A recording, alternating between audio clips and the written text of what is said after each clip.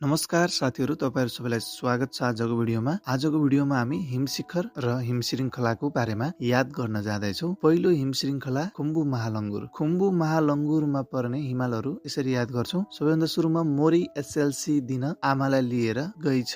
मोरी SLC दिन आमालाई लिएर गइछ। यति याद भएपछि मोरीबाट पुमोरी एसएलसी सगरमाथा लोत्से चोयु। एसएलसी सगरमाथा लोत्से र चोयु आमालाई लिन गइछ। आमाको के अमादब्लम लेडिज पिक पनि भन्छ अमादब्लम भनेर याद गर्ने है त। मोरी एसएलसी दिन आमालाई लिएर गइछ। पुमोरी सगरमाथा लोत्से चोयु र अमादब्लम। सँगसँगै अरु पनि रहेको छ। के रहेको छ भन्दाखेरि पासाङ शान्तिसँग सगरमाथामा नुनु गरिन्। सबैलाई थाहा छ पासाङ ल्यामु शेर्पा शान्तसँग चाहिँ सगरमाथामा नुनु गरिरहेको छन् भनेर है। पासाङ ल्यामु चुली पासाङबाट, जसलाई चाहिँ पासाङ ल्यामु चुलीलाई के पनि भन्छ जासम्बा चुली, र शान्तिसँग शान्ति पिक सगरमाथा पनि छ, माथि आइसकेको छ, फेरि पनि आयो, र नुनुबाट नुप्से भनेर याद गर्नु होला साथीहरु। पासाङ शान्तिसँग सगरमाथामा नुनु गरिन्। पासाङ ल्यामु चुली जासम्बा चुली शान्ति पिक र सगरमाथा पनि भयो प्लस नुप्से, यसरी चाहिँ याद गर्न सकिन्छ। अब चाहिँ उस्तै उस्तै छ, टेन्सनै लिन परेन यसलाई। कञ्चनजङ्घा खञ्चनजङ्घा, धौलागिरी धौलागिरी, अन्नपूर्ण अन्नपूर्ण, लाङटाङ लिरुङ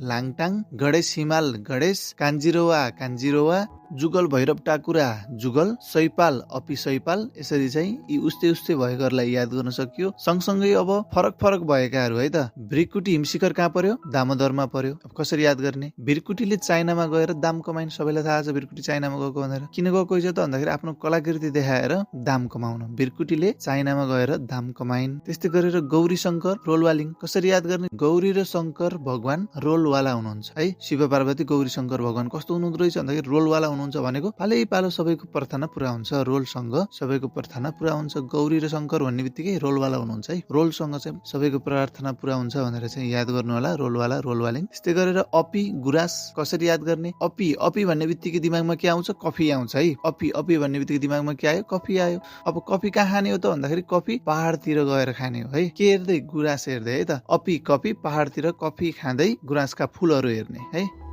अपी कफी पहाडतिर कफी खाँदै गुराँसका फुलहरू हेर्ने। अपीको के छ? गुराँस है त। त्यस्तै गरेर माछा पुच्छ्रे अन्नपूर्ण कसरी याद गर्ने? एकदमै सजिलो। माछा खाँदा अन्नसँग खानु पर्यो साथीहरु। हेर्नु त, माछा खाँदा माछा मात्रै खायो भने घाँटीमा अल्झेला, अन्नसँग खायो भने अन्नले काँडाहरू पनि लिएर झर्छ तल भनेर याद गर्नु होला। त्यस्तै गरेर मनास्लु गणेश। गणेश भगवानले भने म नाच्छु सबै मेरो टाउको सुँडले भनेर भनेछन्। के भनेछन् गणेश भगवानले भन्दाखेरि म नाच्छु सबै मेरो टाउकोमा भएको सुँडले। हात्तीको सुँड जुन छ नि त्यसले सबै नाच्छु म नाच्छु भन्दो रहेछन् गणेशले है त। म नाच्छु भनेको म नाच्लु। त्यस्तै गरेर मकालु कुम्भकर्ण एकदमै सजिलो। म काल हुँ, म सबैलाई मारेर खान्छु भन्दो रहेछन् कुम्भकर्णले है। कुम्भकर्णलाई त खान नै छ, सबैलाई मार्दै खाँदै गर्छु भन्दो रहेछन्। म काल हुँ भन्दो रहेछन् कि। यसरी चाहिँ मकालुबाट मकालु भनेर याद गर्न सकिन्छ साथीहरु। यति भन्दै आजको भिडियोबाट बिदा लिन चाहन्छु। हस्त धन्यवाद साथीहरु।